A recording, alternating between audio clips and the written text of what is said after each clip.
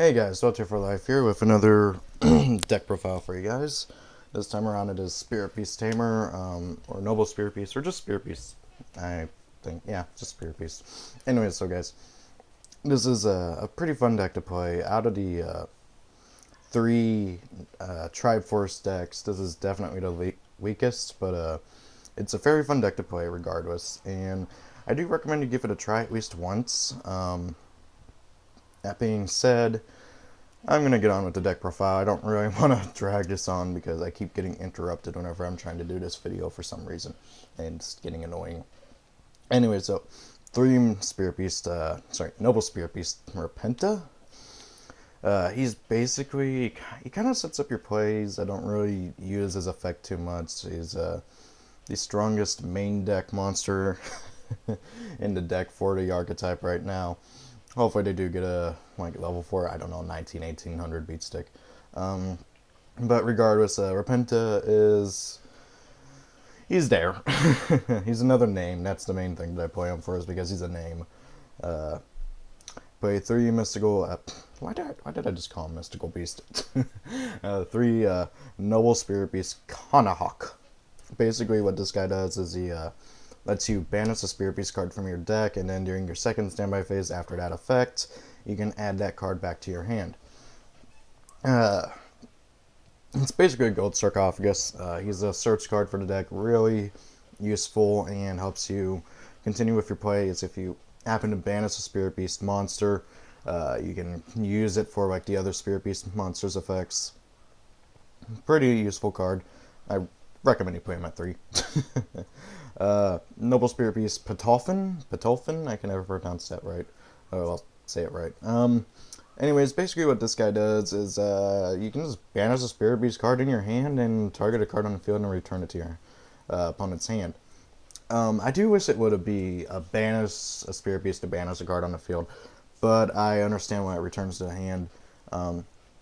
What's really useful is that it can target any card, so like if your opponent has a Gravity Bind or something on the field, you can return that, or anything else that might be annoying you. Pretty useful. I play 3 Serene Psychic Witches. If you don't know what she does, then well, basically what she does is whenever she's destroyed, you can banish a Psychic type monster of 2,000 or less attack from the deck during the next standby phase. If she's still in the graveyard, you can spell summon that monster. It's pretty useful. Sets up your plays more and helps with maintaining field advantage. I play 2 Esper Girl. She's the only tuner I've been playing in the deck, and she's the only one that I really need. If you want to play Krebons, that's another option. But Esper Girl I prefer just simply because she has that kind of add to hand effect. Basically, if she's removed from play, you when this card is removed from play, is special summon. Wait, what? Yeah. When this removed from, okay, so yeah, whenever Esper Girl is sorry, I always read it wrong.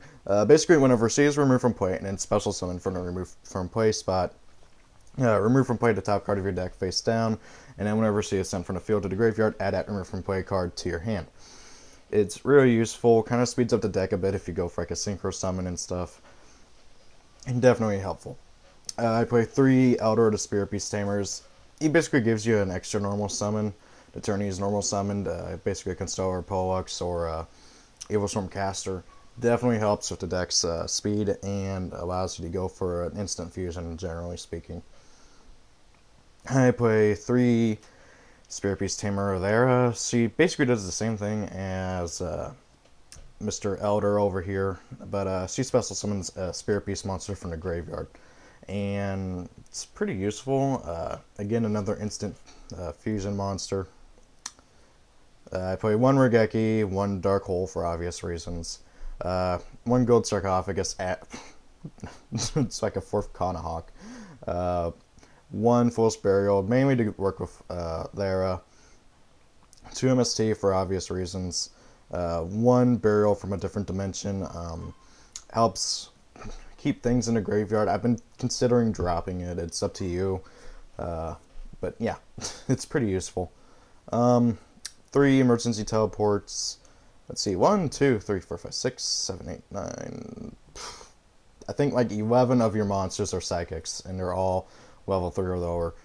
You should play this card in your deck. 3, Bond with the Spirit Beast. This is basically their polymerization. If you happen to have 2 on the field, you can, and it doesn't matter what, it can be a Spirit Beast Tamer, a Spirit Beast. If you happen to have any 2, banish them, special summon a fusion, Spirit Beast fusion monster from your extra deck, ignoring its summoning conditions. Really useful whenever you're unable to draw into your Tamer plus Noble Spirit Beast. Helps with the deck quite a bit. 2 fusion weapons. All their fusions are level 6 or lower, and it works with all of them except for Apelio, because he becomes unaffected by card effects whenever he attacks or is attacked. So fusion weapon helps out mainly with Kannahawk. I mean, you don't really want to shove Petolfin into attack mode. You mainly want to equip it onto Kannahawk. 3-dimensional prison. Honestly, I think it's like the best battle trap in the game right now, aside from Wabaku. You can either play this or Wabaku. I play Deep Prison right now, just simply because Fire Hand and Ice Hand are really annoying for this deck, and then there's other cards that you would rather have removed from play than just having to deal with later. And then I play 2 combination of the Spirit Beasts. Basically, destroy any number of monsters on the field up to the number of Spirit Beasts you control. Really useful, helps get your attacks through, and disrupts your opponent's plays. I play 2 Sacred Spirit Beast Mount Apelio. 2600 attack, 400 defense. Pretty darn useful. Needs any Spirit Beast Tamer plus a Noble Spirit Beast monster. That goes for all 3 of them. They're all generic. They just need 1 Tamer plus 1 Noble Spirit Beast. Boom. You have any fusion you want. Apelio, basically what he does is whenever he attacks or is attacked, he's unaffected by card effects. He's a 2600 beater. Pretty useful. Also, another thing that all Spirit Beast fusions share in common with, aside from their level, is that they're able to shove themselves back into the extra deck to special summon out any 2 Spirit Beasts from your banish zone. Actually, I think it has to be Spirit Beast Tamer and Spirit Beast. Yeah. Still good.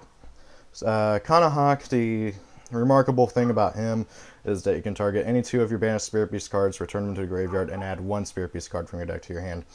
He has lackluster stats aside from that. And honestly, I do still recommend playing 2 because he's the search card for the deck. Petolfin basically cannot be destroyed by card effects, and it's a 2800 defender. So, yeah, your opponent's going to have a hard time getting over this thing. I should have mentioned that you don't use polymerization to summon these. You banish a Spirit Beast Tamer and a Noble Spirit Beast that you control to special summon them. It's pretty useful. The Synchros are anything you want. Like, literally, I mean, if you aren't playing a tuner anyways, play Exceeds. I don't think Exceeds are very useful in this deck, so I've been playing Synchros, and even Synchros you don't go into very often. I haven't only ever gone into Goyo once, and that was about it. Might as well still run over them. Goyo, Psychic Nightmare, Magical Android, which actually is pretty helpful if you happen to have multiple Spirit Beasts out. Armades, Cataster, Samsara. Samsara's pretty good for a little bit. He's a 2600 defender. Never actually got his effect off. 1 Underworld Fighter Balmung, 1 Photon Post Dragon, and 1 Army Arm. And that is my build, guys. It's a pretty fun deck. I do recommend you guys check it out if you want to. I will be putting a deck list in the description because people keep yelling at me about that, so yeah. See you all later. Tell me what you think about Spirit Beasts. What do you think I should try out? What do you think I should edit about the deck? And what do you think they need to be a really good deck compared to Nikwath and Hermit Yokai, which are like at least 1 or 2 tiers above this deck. That being said, guys, rate, comment, subscribe, and have a great day, all of you. Whoops, wrong button.